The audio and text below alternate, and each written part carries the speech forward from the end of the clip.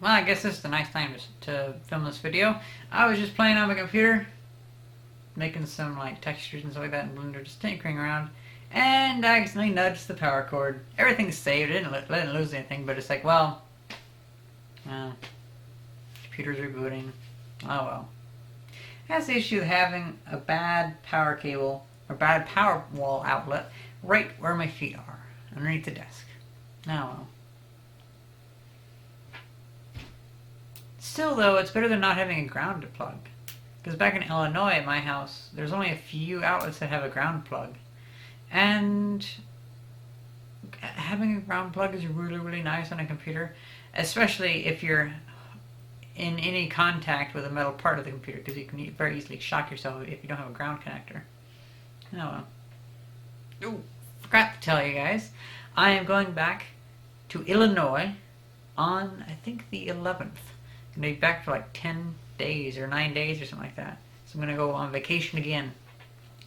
Well, one of my old 16mm projectors, I ordered a replacement worm gear because the issue is the worm gears on the old Bell and Howell projectors were a cylinder of metal with like a nylon gear on the outside. It was very thin.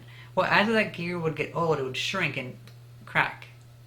And so then it would be more like an oval shape. The projector has that worm gear like coming off the motor, and it runs two different gears. That one goes for like a shutter and the other one goes to like some other thing. And so what happens is every time that now oval gear rotates around, it pushes those gears out. Well, if it's spinning it really, really fast, it sounds like it's hammering on the inside of the projector. It's really loud. Even if I take the volume on the projector and crank it all the way up, you cannot really hear the sound just because it's so loud. That's because that gear is more like an oval shape. The oval shape now. Well, I ordered a new gear a while back, and I think it's already arrived in Illinois, so that's good. And so I think I'm going to actually bring back a film. Well, I happened to kind of look out and get like a collection of like 6 Leonard Nimoy films, all in 16mm. So I wouldn't want to take one of those films back. I gotta keep that collection together now, because it's like it's an inadvertent cool film collection. So that leaves up 2 options: the 1955 like version of Medic, which is just some old TV show, which is okay, but it's a kind of a tiny reel, or an episode of The Outer Limits.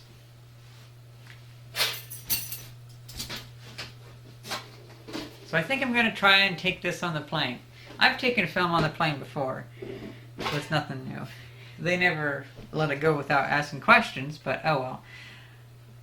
Airport security is always very nice, so I don't care. There is a very slight vinegar smell, but it hasn't yet progressed to really being much vinegary. Like if I'd only smelled films with this smell, I probably wouldn't call it a vinegar smell. I only call it a vinegar smell because I know that the degradation of cellulose acetate or safety film results in a very vinegary smell, which of course, like my copy of The Balcony, actually can progress to even worse, or it's like way past vinegar. It's like a nasty, like industrial acid chemical smell, like burns your eyes. But yeah, so this film's really nice. It must have been stored in a really nice, cool place. I'm really happy about all these films and how good they are, except for The Balcony. For some reason, The Balcony is in really poor condition. Maybe my copy of The Balcony was on top of a furnace or something like that. Oh well. It was all inside of a tin though, so it probably wasn't much moisture damage. It just, like the copy of The Balcony though, it seems like it's actually been bad for a long time. Because, like, for instance, there's a lot of splices on that. I started unraveling it whenever I was letting it dry out to get the smell out of it, because it smelled nasty. And the film's all bubbly, and some weird reactions are going on there. It's like, I'm probably never going to be able to play that film. It's still cool to say that I have yet another film with Leonard Nimoy in it, but probably never going to be able to play it. Unless I make that projector where I am able to play film that is very delicate and fragile. Because I want to see about making a projector that I can like project film without being very rough on the film. Because my Bell and Howell projectors are really, really rough on the film. That could be kind of because of the bad worm gear, kind of adding more issues to the bunch. But I think it's generally more just difficult and more rough on film, especially the gate and stuff like that. Because how the film works is you have the pins that go in and pull the film down. Well, if this misses, well, then you're just punching new holes. Like if it's supposed to go in like that, well, sometimes it'll miss and it'll just start punching all new holes instead of grabbing the existing holes. So then you have 2 tracks of holes, and sometimes those can bleed together to where just one strip of mangled up film, and it's like fucking hell. So I'm kind of thinking about what if I can make a mechanism that it would loop the film through, and the mechanism would move back and forth. So it would not be gripping the film at any little point. It would just be moving it back, moving it like a ribbon moving up and down, and that would be moving for each frame. Or another option I could do is, what if I just did an optical thing? What if the actual lens moved up with the film? You had a mirror like this and a mirror like that, so the light came out like that. And what if this mirror was just going up and down? It would go down when the shutter was closed, the shutter was open, and it would follow the film up. Shutter would close and open. It would follow the film frame up, close, open, follow up. You know what I mean? So that's given the film's going that way. Which would probably go that way, but whatever. And the main issue with that, though, is that you would get a constant zooming in effect like that. Because every time that mirror went up and down, it would change the distance to this camera to this mirror, which would change the distance to the lenses. So it would make the entire thing look like it was fluttering back and forth every single frame. That'd be interesting, though. Of course, I could just add an image chip, and that image chip could be taking a digital image of it, so it would just be getting it real time. It would basically just be running the reel without really putting it through any pulleys or anything. It would just be from one reel to the next reel. And that'd be nice, but to be honest, it's not a projector then. A projector projects. I still want to project through the film, and projecting through the film is not going to be an issue, because I'm going to be using an LED bulb if I make my own projector. An LED bulb probably not having any issues of burning the film, because it's a much more narrow wavelength.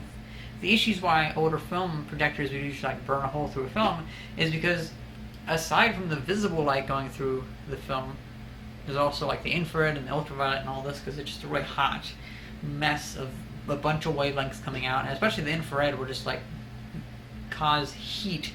Will just turn into heat wherever it touches. But with an LED, you can just give a specific wavelength if you want. Oh, that's pretty much it. 16mm film. Now the question is, if I started tearing up this, if my projector started tearing up my copy of The Outer Limits, I'd be pretty pissed. But if it tore up my copy of Medic, a show that I've never really cared to, I never watched it, that might be better. So maybe I'll take Medic. No, that's the balcony.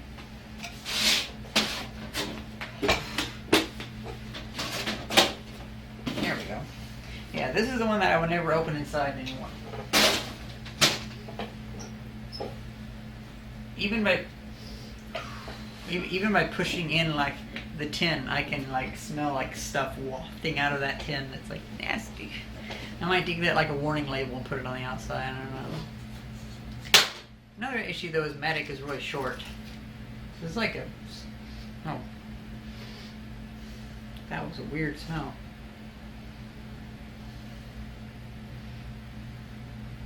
That was a weird sulfur smell almost.